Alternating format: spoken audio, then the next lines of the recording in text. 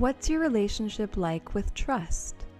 How easily do you trust yourself, the process, other people, and the universe? Hi there, and welcome to Beyond the Shuffle, a podcast where we explore this wild ride of the human experience through the lens of tarot. I'm Adrienne Amari, your host, guide, and very trusting person. So settle in, open your mind, and let's go beyond the shuffle. Over the last few weeks, we've been talking about different elements of tarot and not so much about the cards or specific cards themselves. So this week, we're going to dive back into bringing up a few specific cards, but also talking about this important element in a tarot reading, and that element is trust. We live in a world right now where trust is kind of a commodity. We want to trust the people we're buying from, that they are going to deliver what they promise. We see posts on social media and we don't know if we can trust the source or what's being said, or even if it's a real person in the video itself. We get worked up and we question if we can even trust ourselves and our own intuition, because sometimes we see signs telling us not to. And I think for most of us, we always want to trust that there is something better, something more, something worthwhile out there for us to experience. And when it comes to a tarot reading, we want to trust the reader and the cards. So let's start off with a couple tarot cards that really lean into this idea of trust. The first one that comes to mind for me is the Star, because so often when I see this, I think trust in yourself and trust in the universe. Trust in that integration process and that the dust will settle and things will be okay again. Of course, this is only one small element to the Star card, but I love thinking about it this way. It's trust your own inner guiding light, because that's what a star is a symbol of. It's a guiding light. Think of the 3 wise men following the star to Jesus. Think of sailors using the stars in the sky to map their course. And when the Star card comes up in tarot, it's that self-trust that we need to lean into and that we need to rely on. And that is not just one small part of us. It's trust in all elements, in our physical body, in our mental realm, in our emotions, and in our intuition. And I think sometimes the most comforting part of the Star is trusting that things can and will be better. My favorite depiction of the Star is from the Prismavisions by James R. Eads, and it is a girl falling through the sky, but all of the flowers reaching up from earth to catch her. And it's that imagery that really spoke to me and really makes me gravitate to the idea of you will be caught. Trust yourself through this process, through this integration, through this healing, and we'll be able to return back to a state of flow. And talking about flow and trust, that's where the Wheel of Fortune comes in, because the Wheel of Fortune is trusting in the process of the cosmic cycles of the universe. That was kind of a mouthful, but it's very much trusting the ebbs and flows that go beyond ourselves, that are greater than us, because at the end of the day, we are small parts of this giant machine, and we can't really do a whole lot to control it. So we do have to give in to that trust element. We have to trust that the sun will keep rising, that the rain will fall, that the plants will grow. And I really see that as such a big element of the Wheel of Fortune. When strength shows up, we are told to have that confidence, that inner strength, that inner trust in ourselves, to give ourselves grace and compassion and kindness and forgiveness.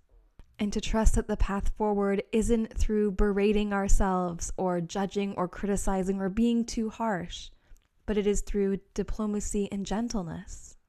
I mean, just look at the card. In the Rider-Waite-Smith version, you have the lady and the lion, or the maiden and the beast. They're tethered by a flower chain, and she gently pets him and he submits. So the trust that comes with the Strength card is the inner self-trust to tame that wild beast, which, let's be real, rages within us all from time to time. I think, too, it's also the knowledge that we can handle ourselves with a certain amount of grace, and that we can trust in our own strength and power to get us through whatever life decides to throw our way, no matter how difficult it may be. Because behind strength is this quiet fortitude, And of course, another word that goes along so well with this is confidence, because it does take trust in yourself to be confident and to carry yourself with that energy. And it doesn't mean you have it all figured out or you know all the answers. It's that inner knowing that you can handle figuring it out. And you can handle not having all the answers.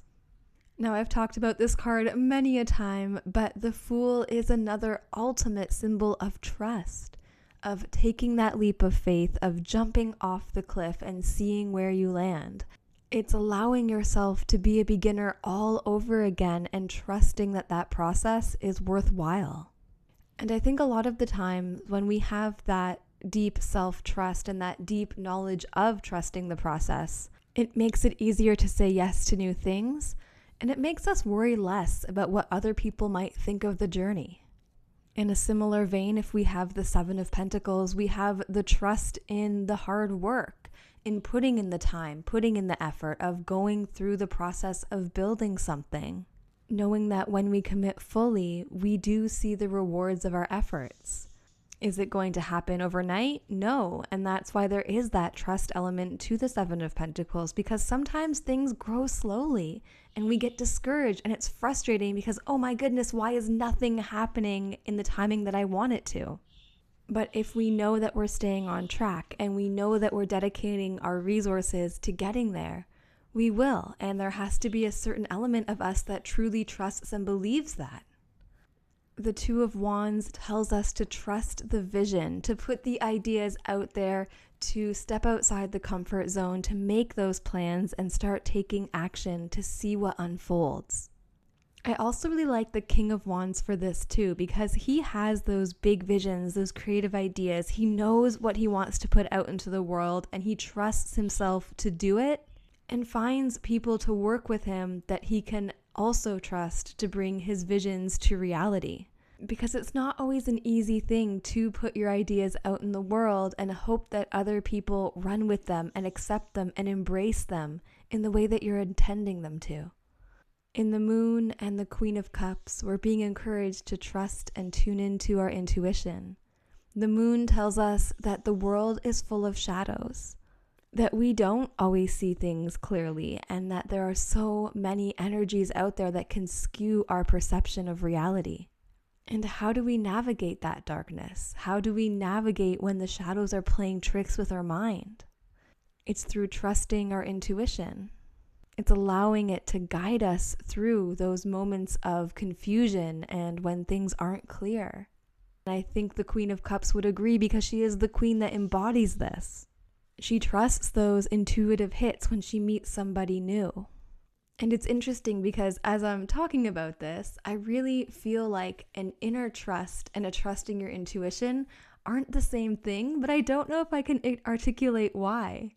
Because our intuition is so much a part of us, but it's different from trusting that inner confidence, that inner power, those inner ideas and motivations and passions. It feels quieter and gentler in a way. But the Queen of Cups asks us to lean in.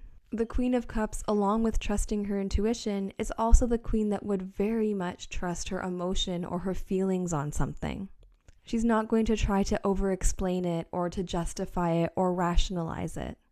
Because she has that trust, she doesn't need to. So we have trusting in the process with some of the pentacles, trusting in the vision with some of the wands, trusting in the intuition and the emotion with the cups, and then trusting in the clarity and the thoughts and the mind in the swords.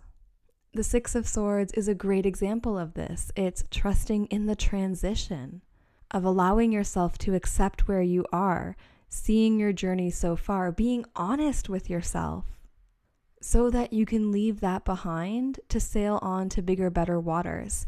And it's often a really difficult thing to do, to really embody that energy so that you can move on to something new without carrying all that baggage from the past with you. Because there has to be a part of you that trusts it's for the best. Because if you don't, you're not going to drop those bags in the water. You're going to keep them in your boat and you're going to continue to sink. An interesting thing too is if we look at the Six of Swords, there are actually three characters in the boat. There's the boatman and then what looks like to be a mother and a child. And it's funny because I always see the mother and the child as the one who are moving on, sailing away, leaving their baggage behind. And the boatman or ferryman is just the one that's allowing them to go through that and to get there. And some of the Six of Swords is allowing yourself to just kind of float and trusting in that transition phase, where it might not all be 100% clear and you might not have it all worked out. But you sail on anyways because you know that it's time to move forward. And we can't stay anchored here forever. I feel like the Queen of Swords is also a great card for really trusting your choices and decisions. And she's not a queen who makes fickle choices, but she makes it through trusting her common sense, her intelligence, and her observations. And it can be hard to really trust that type of judgment in yourself. But we have to remember the Queen of Swords has been through it. She has seen and done so much, and she is where she is because or in spite of that. And I think we can argue that if she didn't develop that trust and that strength within herself, she wouldn't be there. She has to have conviction in her choices and her decisions. And that's not saying that every single one is the best one, but she makes it. And she trusts that she can deal with the consequences, both good and bad. And of course, another element to really look at is how does our relationship with trust work with other people? We have the Two of Cups, which is that open, vulnerable, honest partnership. And it takes a great deal of trusting someone with your heart for you to allow them into your life that way, no matter what capacity that's actually in. With the Three of Cups, we trust our friends to see us for who we are and to celebrate those wins with us, to give our support, and to share the losses together. It's that camaraderie. And I think for a lot of people right now, that's something that we're looking for. Those friendships where we can truly be ourselves and trust others to hold that space for us without judgment and with just love. In the Three of Pentacles, we have trusting others to do their job, allowing others to utilize their unique skills, gifts, and talents without you thinking you have to do it all.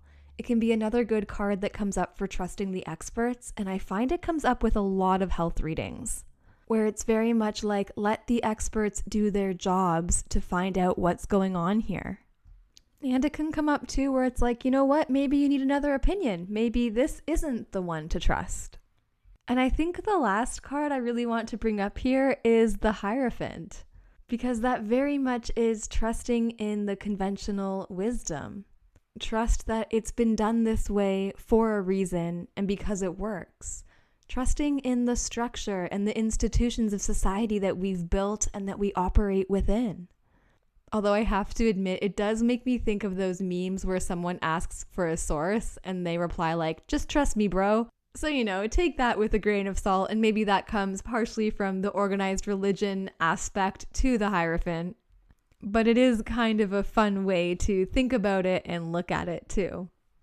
And until I sat here and started thinking about it, I don't know if I would have thought, oh, there are so many cards in the tarot that in some shape, way, or form speak of trust.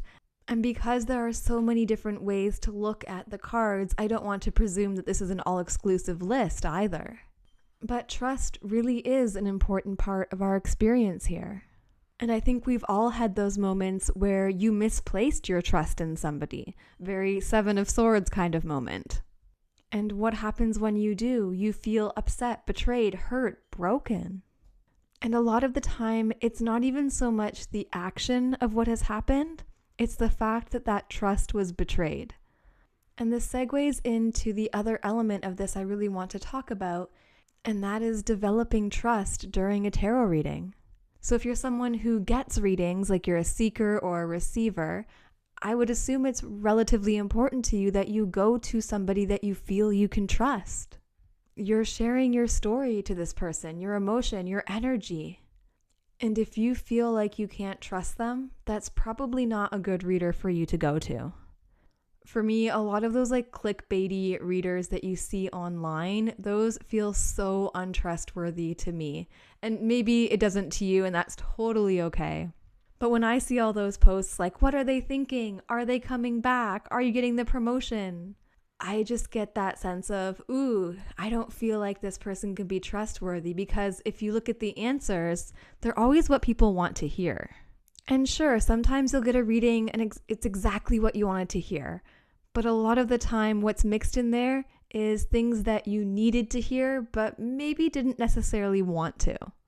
So I guess my point is, if somebody is always delivering the messages you want to hear, we might have to check or consider how trustworthy that information actually is. Now, if you're someone who does readings for other people, building that trust and rapport is so important. And how do we do that? Well, first and foremost, we're honest. We're honest about who we are, what we do, what we read for, what we don't read for. We're honest about our boundaries and what we think this tool can or cannot do. Most importantly, we're honest about what we see in the cards. And when I say honest, I don't mean mean or cruel or harsh. Even with difficult messages, there's always a way to deliver them in a way that's compassionate. And when clients are coming to you, they're trusting you to do that at the very least. Because people come and they bear their heart and souls. And if you're not someone who can be trusted with that energy and with that emotion, then maybe reading for others isn't the thing to do. Having a privacy or a confidentiality notice can be really important as well. That shows that you've thought about it and that you are trustworthy. Because I guess at the end of the day, how can you trust a message when the source isn't someone that you trust itself? Do you feel like you can trust a message from an untrustworthy source? That's something I don't actually have an answer to, but if you do, I'd love to hear your thoughts. Now, if you read tarot or you're learning tarot, I have a little experiment for you to try. And if you like this kind of thing where you're experimenting with your cards and thinking about them in new ways, first, make sure you're signed up for my mailing list, because every Monday I send out a tarot experiment to try. And consider joining us in the Tarot Lab. The Tarot Lab is my membership program where we experiment with the cards in all sorts of different ways. Every month there's a new monthly challenge. We have a monthly masterclass on working with your cards in different ways, monthly lessons to help you develop techniques and skills, office hours where you can come get feedback and ask questions, a WhatsApp group to chat in, and so much more. If that sounds like your jam, check it out at adrianamari.com/thetarolab. But here's your experiment. I want you to really take a moment to sit down and reflect on trust. Who do you trust the most in your life? And who do you not trust at all? Make a list, even if it's just in your head. Now I want you to intentionally choose a card that represents those energies, the ones that you trust and the ones that you don't. And I want you to look for any similarities and patterns. And then I want you to consider, what do you think that really means? And if this is something that you're like, oh, I don't read tarot, but I would love to try this, you can book a time with me and we can definitely do it together. Because tarot used in this way is different, interesting, fun, and so insightful. Because while I love a good card reading, it's also important to work with the cards in different ways to keep your practice fresh and your insights flowing. But I want you to give that a try. And if you don't have cards and you just want to brainstorm, that's totally okay too. You don't need cards to do this. I just think it's a really fun visual element to see what patterns might emerge. And if anything does come up, I would love for you to let me know. You can always email me at contact@adrianamari.com or find me on Instagram at Beyond the Shuffle Podcast or Adrian Amari Tarot. I hope you found this week's episode on trust interesting, insightful, and food for thought as well. Because I think as we continue on in this journey through this crazy world, we definitely need to examine our relationship with who and what we trust and how we can make sure that we're trusting ourselves to the best of our ability. And if we don't, what can we do to better that relationship? So give the experiment a try, let me know how it goes, and until next week, stay open and stay curious.